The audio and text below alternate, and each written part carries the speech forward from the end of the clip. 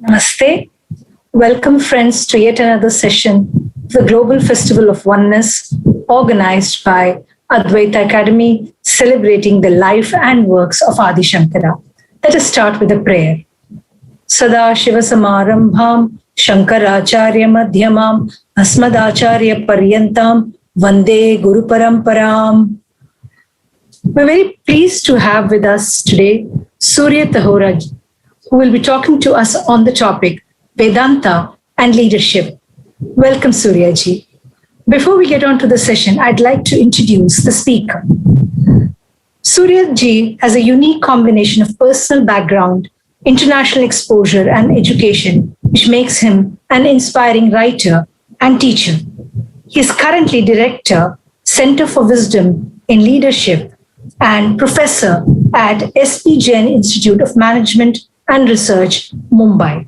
He is teaching spirituality and management for MBA and executive MBA students. Surya ji earlier worked with companies like L'Oreal Group and Air France. He has studied Indian philosophy under Swami Dayananda Saraswati, and he has translated several works of Swamiji in French. These include books such as Value of Values, Fundamental Problem, Mundaka Upanishad, and Kena Upanishad.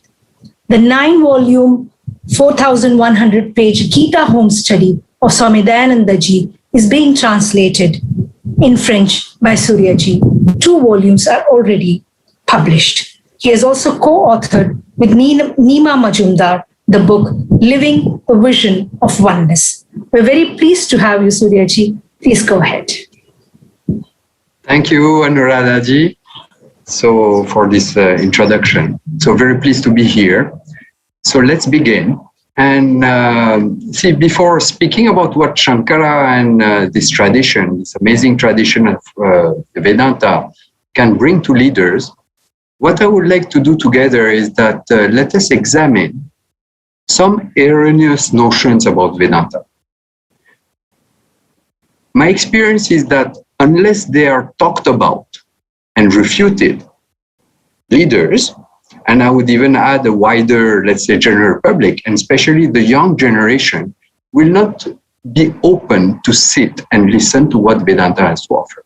Okay, so this will be my short first part. And what is the first erroneous notion about Vedanta? Is that Vedanta denies the reality of the world and also its challenges.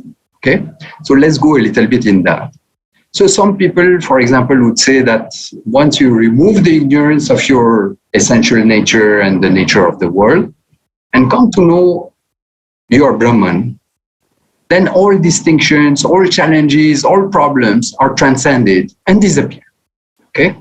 So the world is an illusion. This is what they would say. Wrongly, obviously. The world is an illusion we experience because of our ignorance. Like a snake, for example, that is mistakenly perceived in a place of a rope, a standard classical example.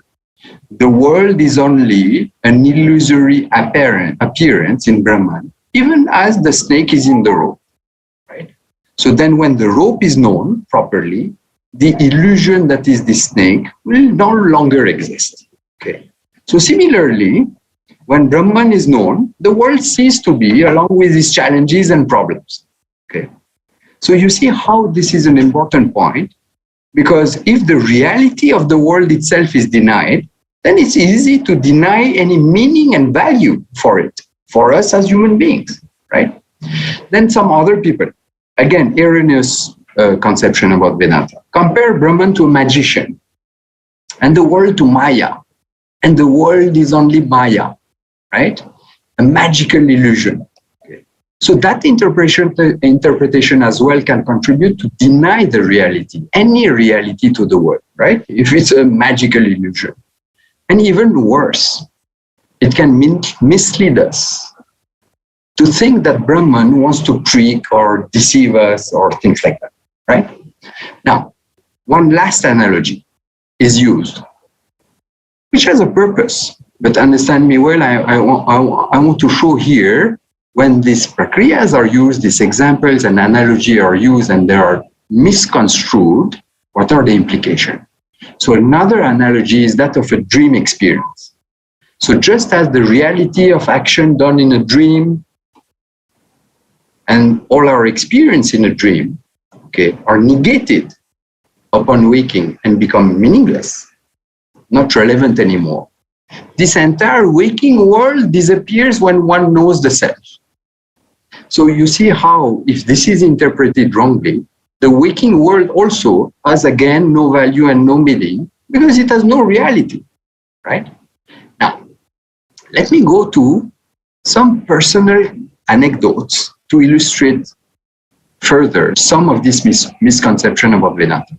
Okay, so the first one is that so I've been living in Paris for a long time, and I once visited a very famous bookstore in the Quartier Latin, okay, in the heart of Paris, which was very well known for its rich collections of Indian books. And then I asked the Indian owner, so he was Indian, well-educated person, and I asked him, do you have any French books on Vedanta and the works of Shankara Jayanti and so on? And what he replied to me was just mind-boggling. So look at that. He said, I have only books about contemporary social and economic problems of India, such as poverty, education, health, agriculture, etc. And he further said, these are the real issues our country is facing. This ancient scripture you're like wanting to explore have no relevance for us now on how to live our lives actively and meaningfully. So these very strong words are still resonating in me. Okay. So first personal anecdote. Second personal anecdote is in the, as Anuradha said, I'm teaching spirituality in management to MBA students and executives, okay, since the last 7 years. So here also typical questions. They come invariably. So what are the questions? Do I have to become a sannyasi and renounce the world to progress in my spiritual quest or path? Is Vedanta not for elderly people only? When I will fulfill my duty as the Grahastha, then I will dedicate time to study the scriptures. Now really I'm very busy. Okay, I have no time for all this. Another question as well. I am a good human being. I am responsible. Is that not good enough? Then another question. If I take to this pursuit of Vedanta and moksha, will I not lose my motivation to do things for my organization? Will I not become detached from the world? It's a very interesting question. So this is the first misconception. Okay. Second misconception, and I will immediately, let's say, address this misconception briefly. Then we'll turn to Vedanta and leadership. So second misconception, the liberated or the wise person is perceived by many people as a renunciate, meaning he is totally detached and indifferent to the world challenges and problems. Okay? So that is also a big misconception, which will prevent anybody to go further into it. Okay? If the ultimate end is to become like a wise person, and he is indifferent and detached to the world, why should I enter that? Right? Now, these two problems are very problematic, and they need to be refuted. Okay?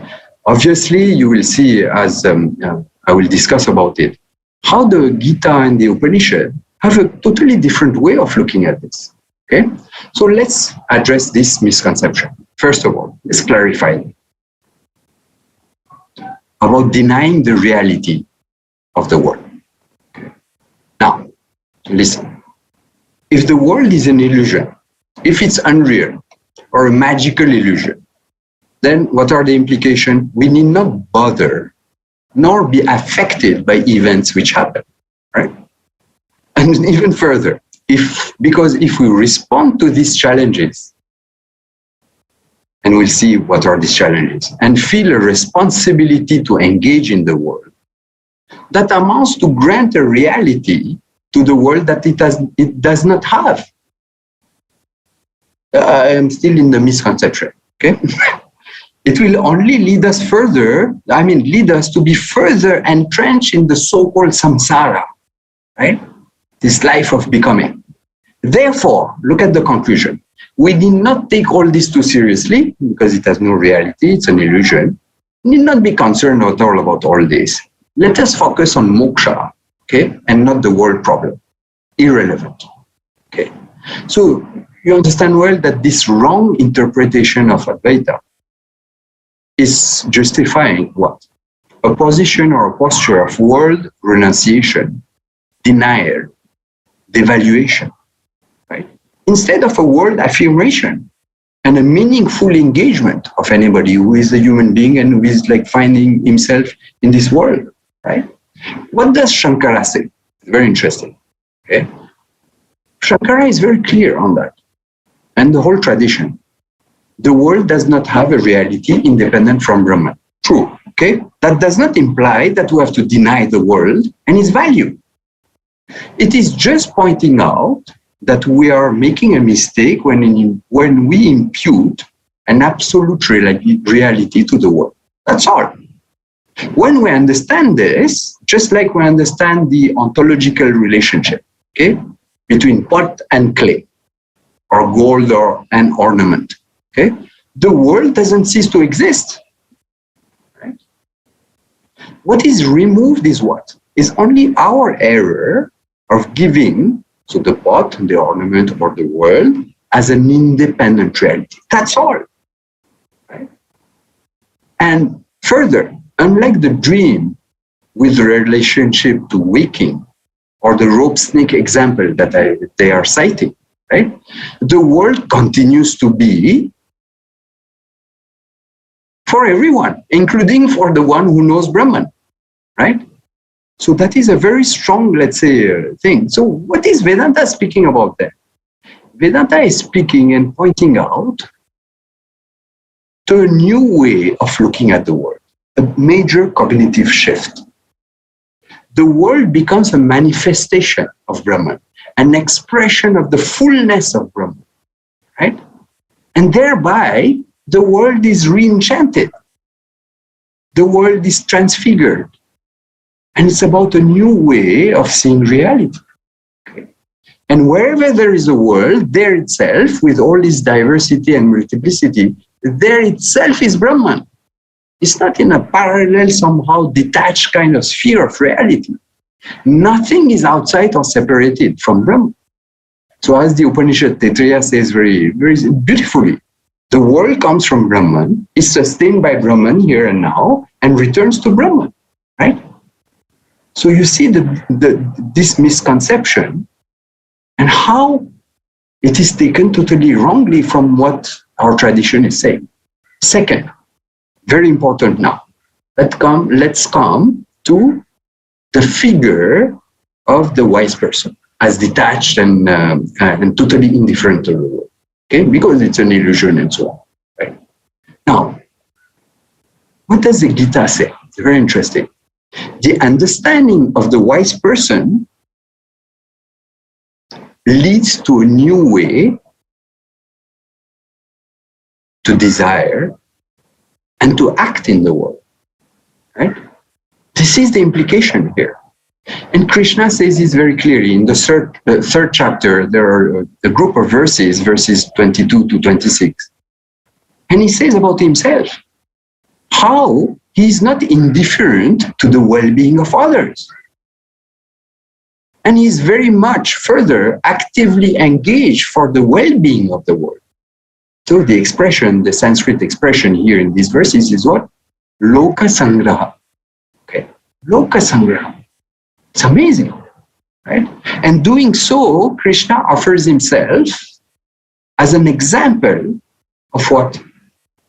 An example of an active engagement, an active effort and commitment on behalf of others. Because he says in this verse, chapter 3 and verse 26, that leaders like him have a responsibility to set an example of what is the right way of acting, right? So you see how far we are from this misconception. Further, look at this. It's even more beautiful. Krishna even suggests in the Gita, right? That like me, look at that. The wise person can bring the same energy and enthusiasm to working for others that the so-called unwise bring in their pursuit of personal ends. Okay. For me, he says, or for any other person who, knowing the self, thus seeks the well-being of the world, there is nothing to do. But in spite of that, what is it? There is nothing else to do but a view to consider the well-being of the world at large. Okay? So you see how we are very far from this world negation and disengagement. Now again, another expression which is very well known in the Gita, in the chapter 5, verse 25, and chapter 12, verse 4. Okay? He uses an expression two times, which is what?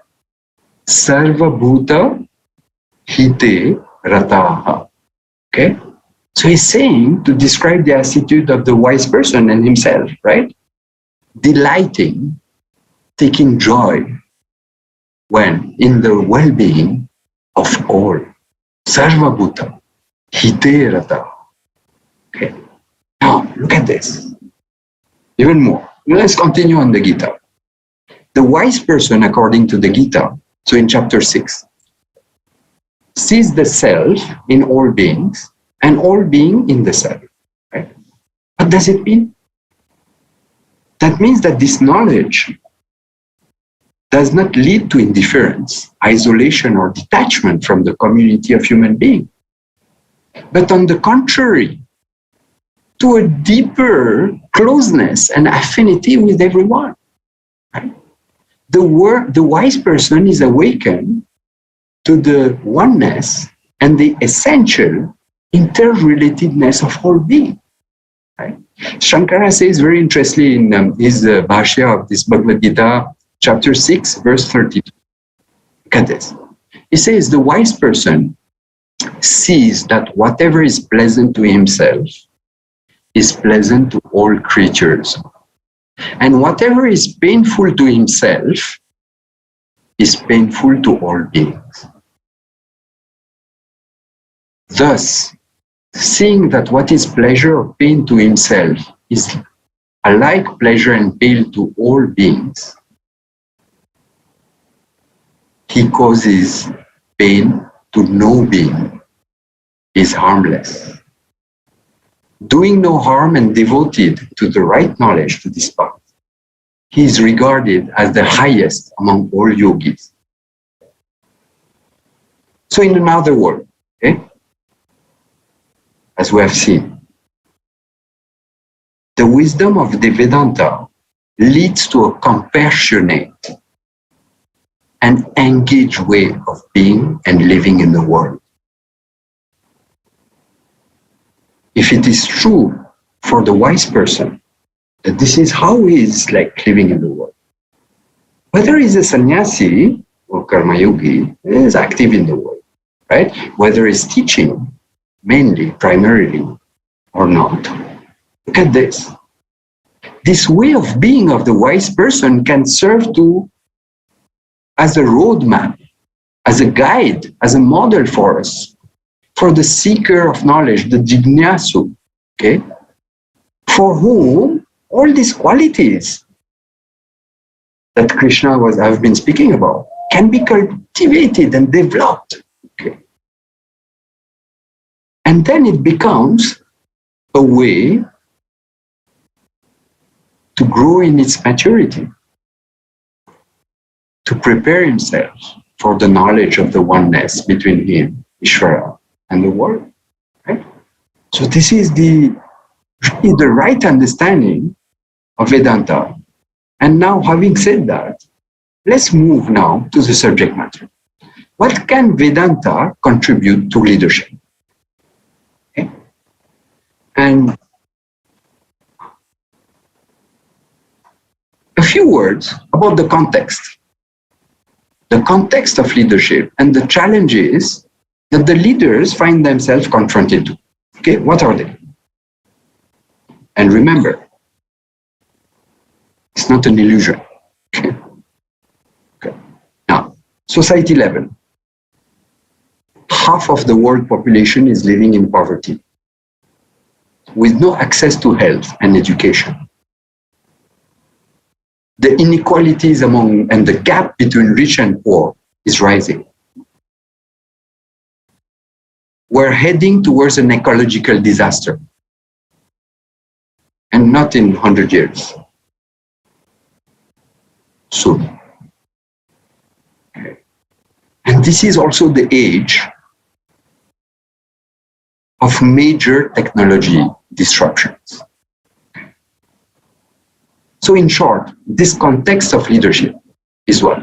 Is charged with globalization and the complexity of multiple interdependencies and a huge uncertainty. Okay? We have all experienced this pandemic situation and what effect it has had all over the world. Okay? Now, what about organization and individual working in organization? Okay. What are the challenges that they face and that leader has to address, obviously? Ethical dilemmas, stress, burnout, depression, anxiety, loss of purpose and meaning. So this is a big one. Lack of motivation and engagement at work. There are multiple studies who are showing how a large majority of people are not engaged at work. Further, inability to focus, overload of information, emotional outbursts, conflictual relationships, pressure to deliver, profits. So in brief, you can see the intensity and the multiplicity of challenges and the high stakes. Okay. Now, small note here about who is a leader.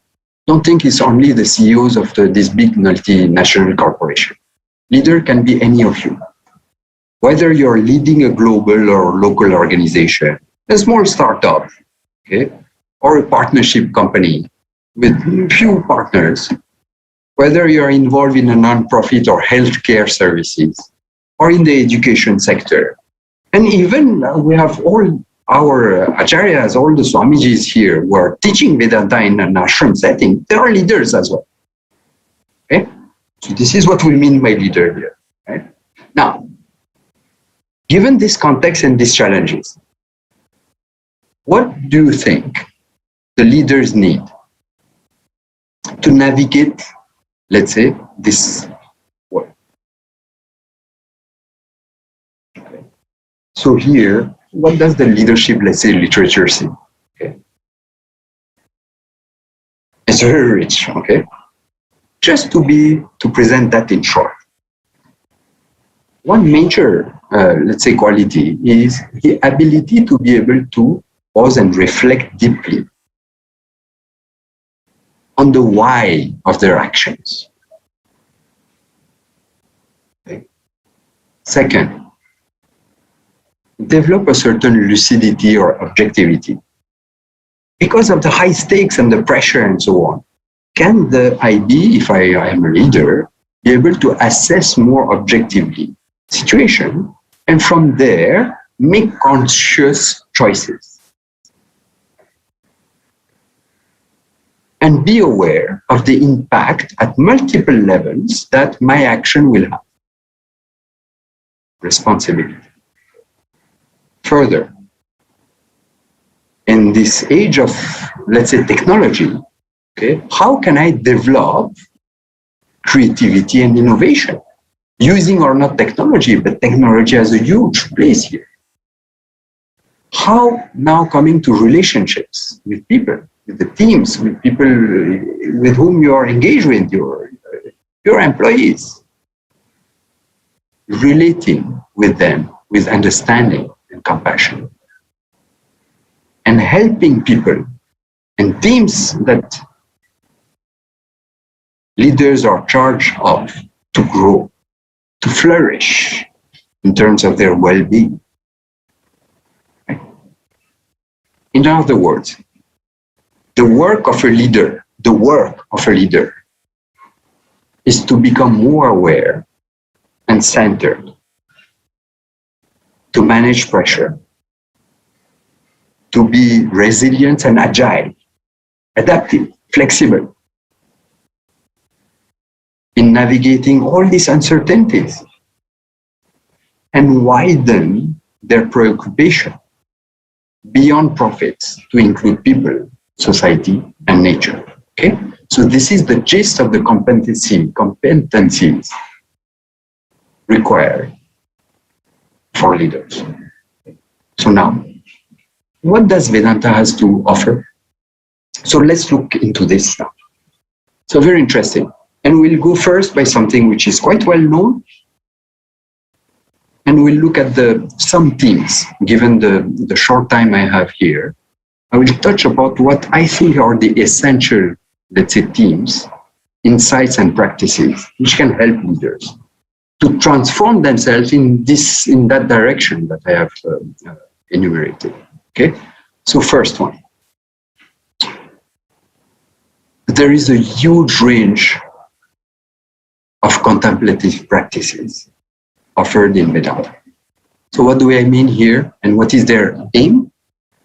So the aim of all these practices is really to develop the leader, become more aware of what is happening here, of his thoughts, his beliefs, the stories by which he lives, and also become more aware of all this emotion he's experiencing.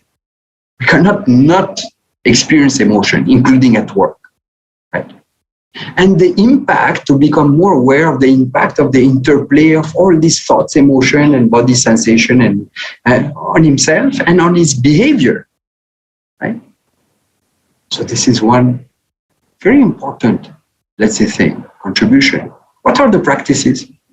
Practices quite popularized by, let's say, emanation of Buddhist practices such as mindfulness, but remember, they have their roots also in the Vedas and Upanishads, right? So these practices are what? Connecting back to your body, be able to watch breathing or regulate breathing, pranayama, right? You can do some short daily sessions of yoga as well. This is also part of our heritage, with either some static postures or dynamic meditative movements, like Surya Namaskar and so on. Other kind of practices, which I call contemplative, are also prayers, chanting, doing japa, right? Then, for example, giving yourself a few minutes breathing break during the day, especially when you're frazzled. Additionally, and on a maybe more regular basis, even if it's short, leaders can sit in daily meditation or prayers or chant, do their puja. Because all these are means to anchor themselves in their simple, basic, awareful self. For researchers, you know that I am also in a management school, and I give a lot of importance to research. So for researchers, what do they say about all this? One of the core processes which leads to an improved management of self, self-mastery, self-management, is called decentering of the self. They call it decentering of the self from thoughts and emotion, okay? Having this inner space. And it's a well-known practice I have seen, which has been popularized by both, let's say here, our Vedanta, and also some Buddhist, let's say, origin, wisdom tradition, okay? So decentering is what? Or witnessing, okay? is about how the feelings, the emotion, the thoughts, and the body sensation are seen as objects, right? Rather than intrinsic aspects of our sense of self, right? So very important. Now, there is one beautiful Harvard Business Review article, okay, which is titled How Meditation and all this, I would say, how contemplative practices benefit CEOs. Right? And what does it say? Multiple research studies have shown that meditation has the potential to decrease anxiety and thereby boosting resilience and performance under stress. Okay? And the article goes further and it says, brain imaging research. They are able to scan the brain and see the difference between a brain which has been chanting or doing all these contemplative practices, his brain, and a person who has not been doing that on a regular basis, because you can visualize the physical changes in the brain. So now, come back to what this article says. Brain imaging research suggests that meditation can help strengthen your ability to also regulate your emotions. Okay? Balancing the weight of the prefrontal cortex and the amygdala, for example. Right? Many other studies, okay, which are backed by neuroscience, are indeed beginning to unravel how this metacognition, okay, this decentering, this witness, ability to witness what is happening, okay, this capacity to be fully present to both what is happening inside, and let's not forget what is happening outside as well. Right? So this capacity, this metacognition, this awareness, is the foundational element for all leadership competencies. Okay. Further, when developed adequately, being a foundation, it will in turn impact what? All other leadership competencies like emotional intelligence, creativity, adaptability. Remember, we have cited all these qualities are those who need to be developed, right, in this challenging world. Right? So, in short, these contemplative practices can enhance the ability to make decisions from a calm and centered self and develop the freedom to choose the appropriate action, okay, without reacting impulsively and mechanically or out of anger to a challenging situation. So these practices help the leader familiarize himself with himself or herself.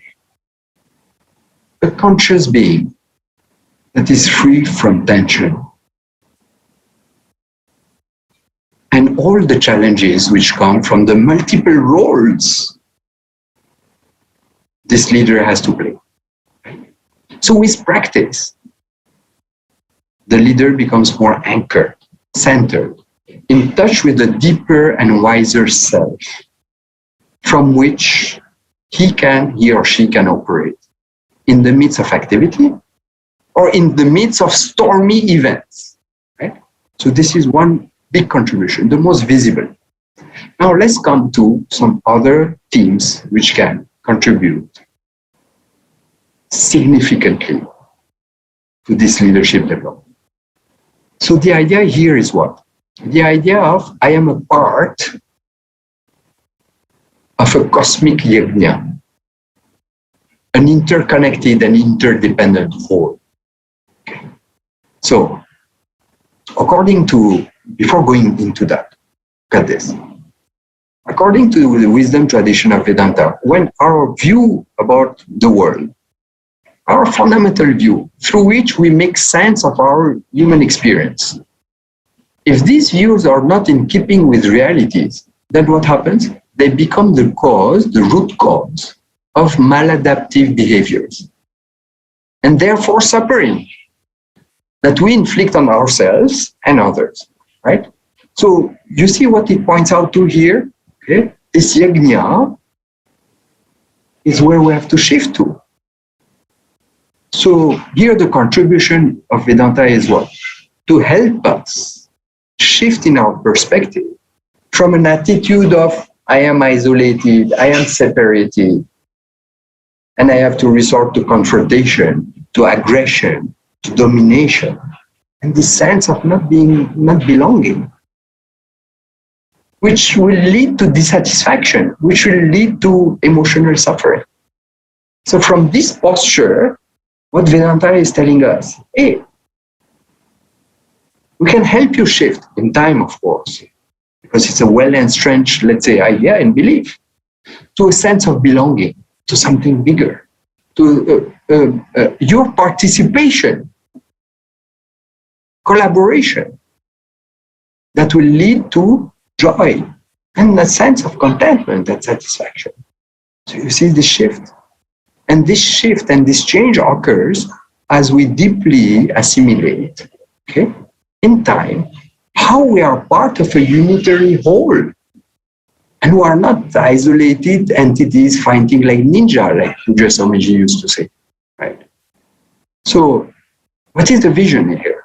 The vision is amazing. The entire universe, the multitude of events, things and beings that include from atoms to mountains, ocean, cells, living beings, organizations, society, planets, galaxy, from micro to macro, are all pervaded by a grand order of things, which governs, which connects, and make the interaction of all these elements possible. This order manifests in the form of various laws at different levels: physical, biological, ecological, physiological, psychological, as well as the principles of karma, action and results, and dharma. Thus, the universe, this world, is seen what? As an immense, complex, and dynamic and intelligent grand order that we call Ishvara. Right? Now, what are the consequences of this shift towards seeing more clearly the presence of this order, this great web of interconnection? What are the consequences? First of all, I am inspired with awe and a deep sense of belonging to something larger, with humility. But humility doesn't mean that I am not part of something and I am an infinitesimally small part of this. I find my place in this grand scheme of things. My life becomes meaningful and has a purpose. So what is it? What is the purpose? It comes from the understanding that however small my actions are in this vast, let's say, grand order of things, they count and make a difference to others. My action have an impact that can create ripples across this vast ecological system. Third consequences. I mobilize my unique talents and skills. I perform my action with a different attitude now, as a contribution to the whole.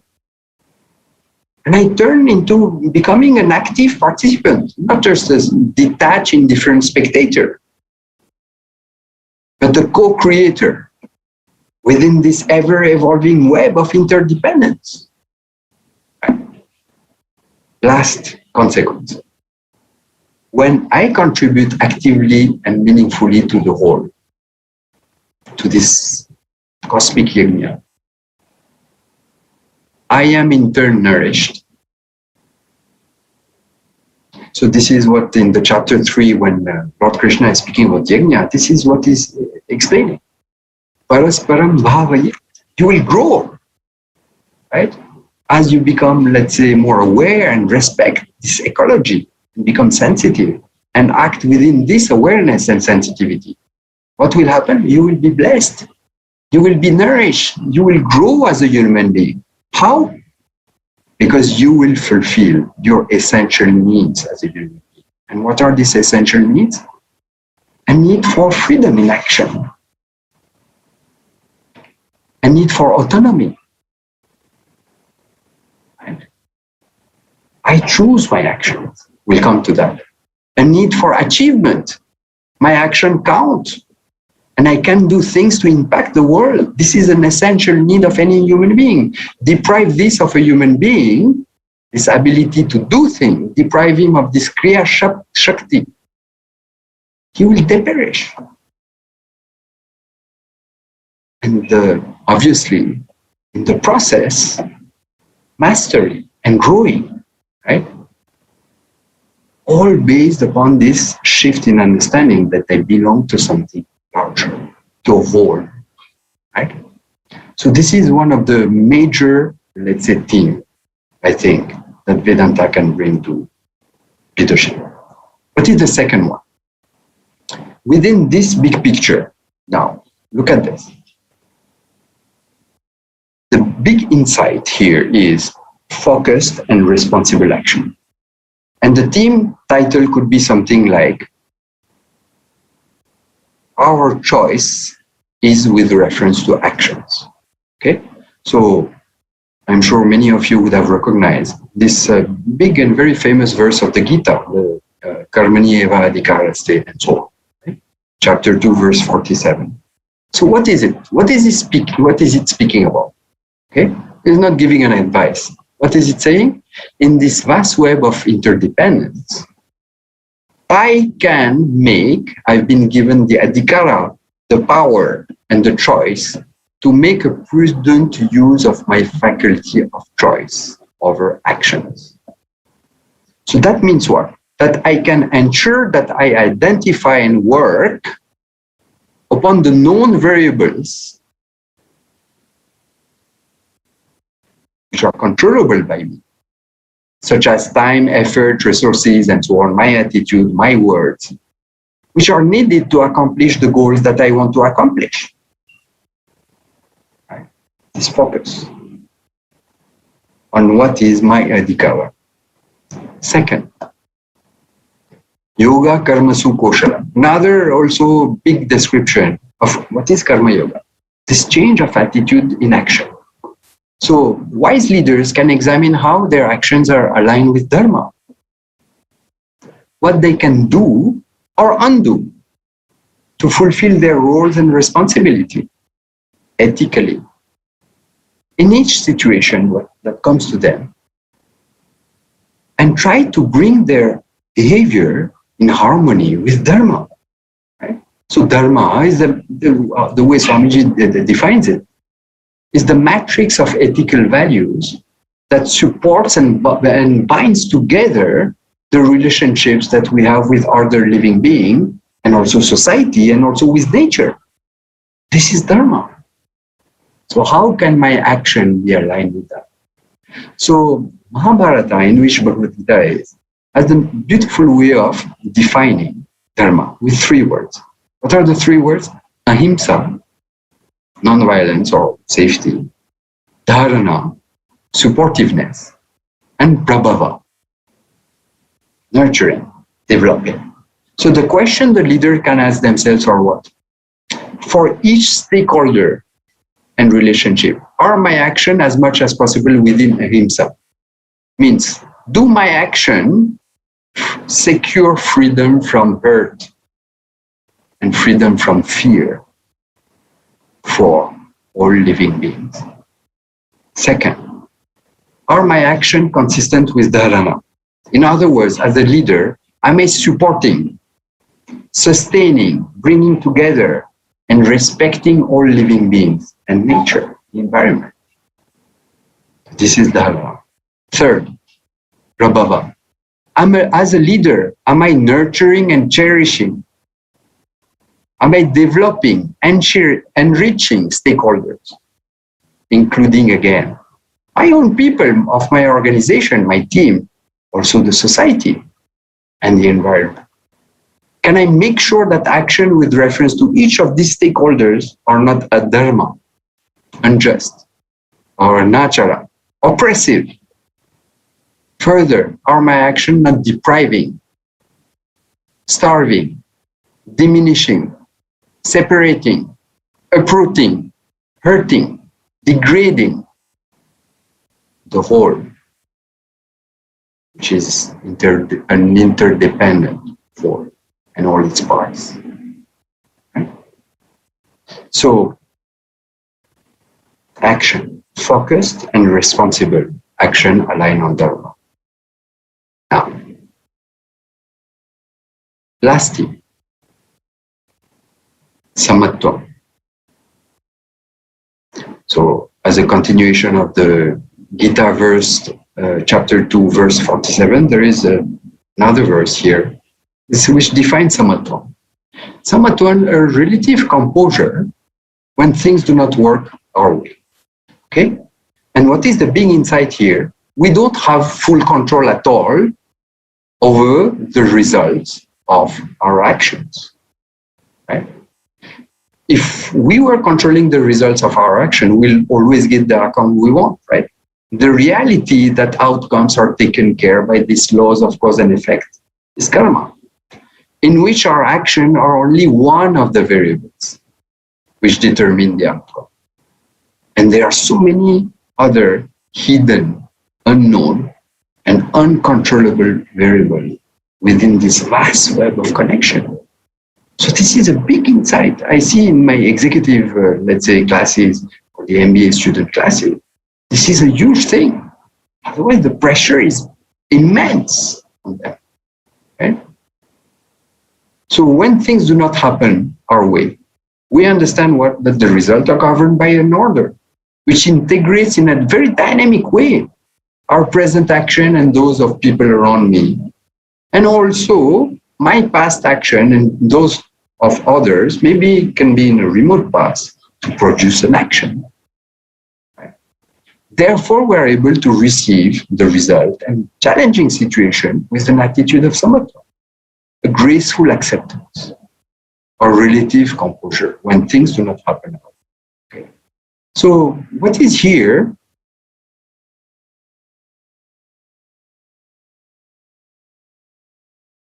To wrap up this, as situation unfolds, and we have seen how this situation can be destructive, can be like with not much visibility, but still they keep on occurring, and they call for a response from your side.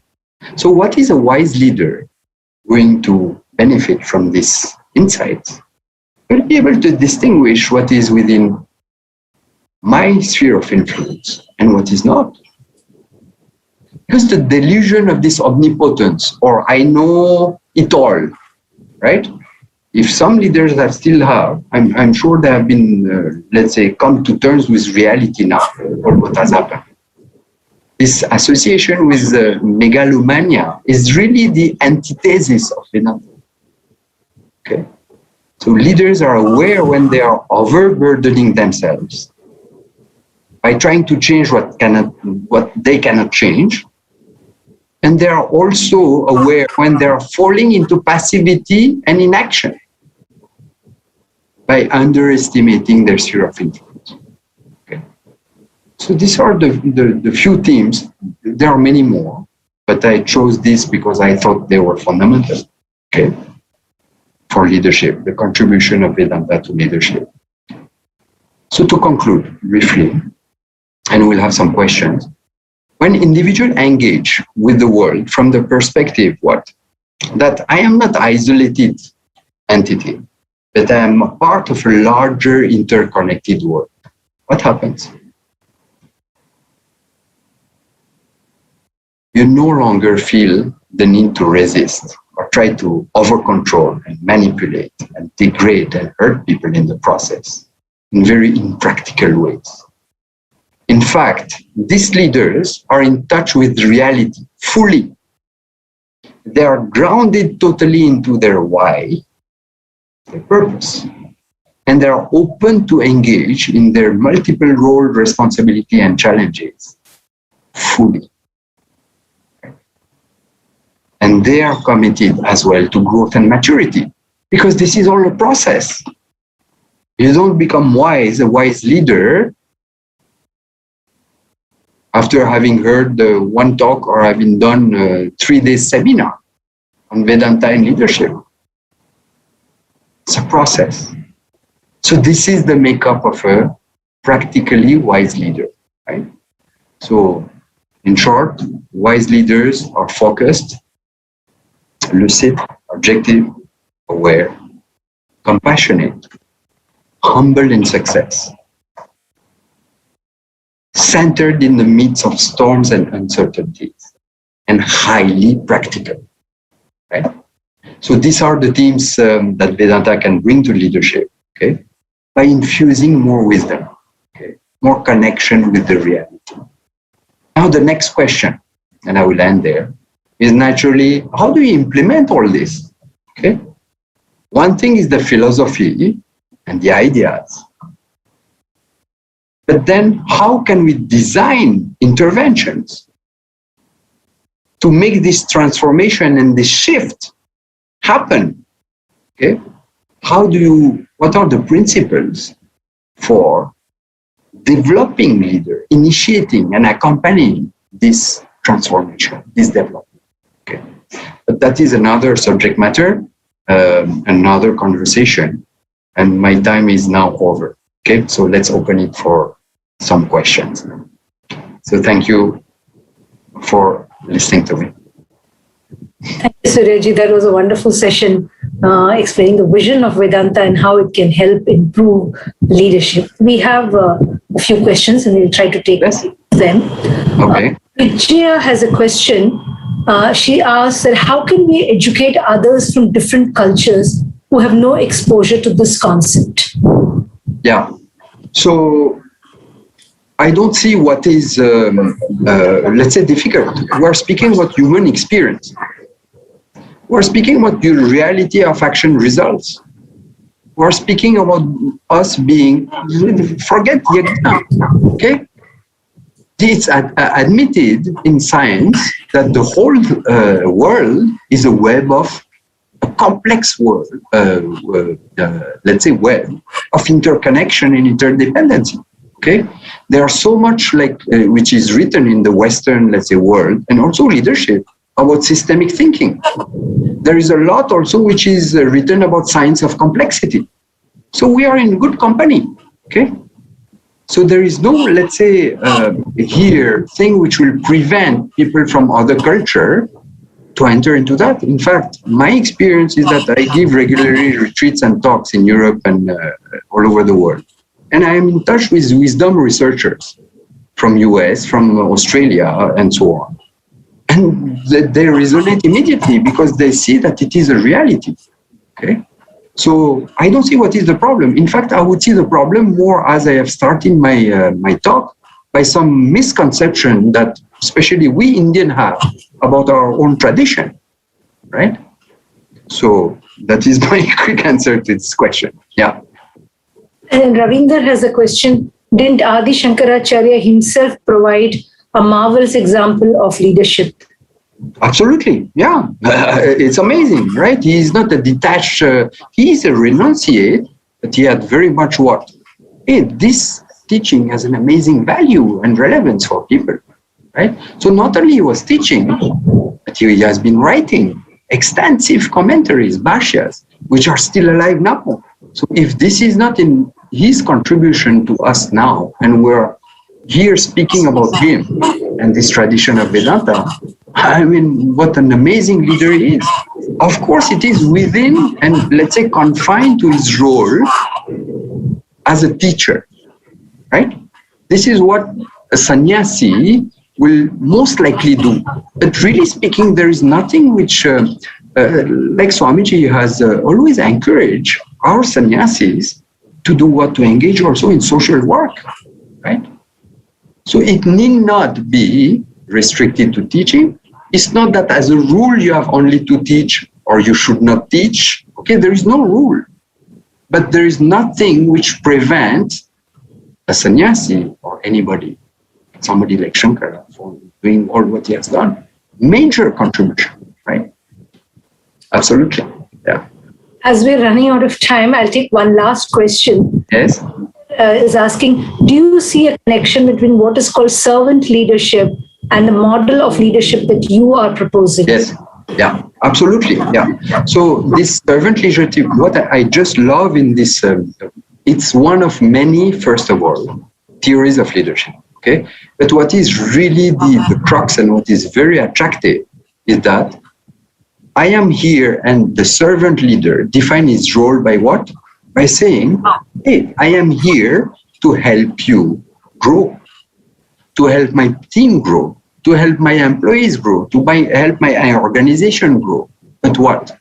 He is not like portraying himself as the ultimate boss who is like so high and perched high and isolated from his desk as a all power and all absolute person. No, right? This is the humility, which is one of, I really like this question, because this humility comes from the understanding that what? You think that you are doing everything? You have been given all this, right? So if you have some glories, some vibhutis, if you have some talents and skills, make use of them. Loka sangraha. Okay. Something beautiful. So servant leadership, definitely. Yeah, absolutely. You at the service of something bigger, of the whole. Yeah. Thank you very much. The servant leadership concept is, I'm sure, will bring great benefits to us, both in our careers and in our attitude towards life. We come to the end of this session today. I have some announcements to make. One is that Advaita Academy's Indic Renaissance Fund is pleased to announce scholarship scheme of 50% of the fees payable for 6 selected students of Chinmaya Mission's 1-year residential Vedanta Sadhaka course. So you can directly apply to Chinmaya Mission for this course and indicate your interest in the scholarship. A video will be played later, and then you can find more details on this scholarship scheme. We have also more programs till June 16th. And tomorrow again at 7 a.m., we have a talk in Hindi by Janaki Sharan Acharya, Advaita Vedant mein Akhandakara Vritti Vimarsh. So please do listen. This is a wonderful talk in Hindi at 7 a.m. India time. Once again, thank you very much and good night.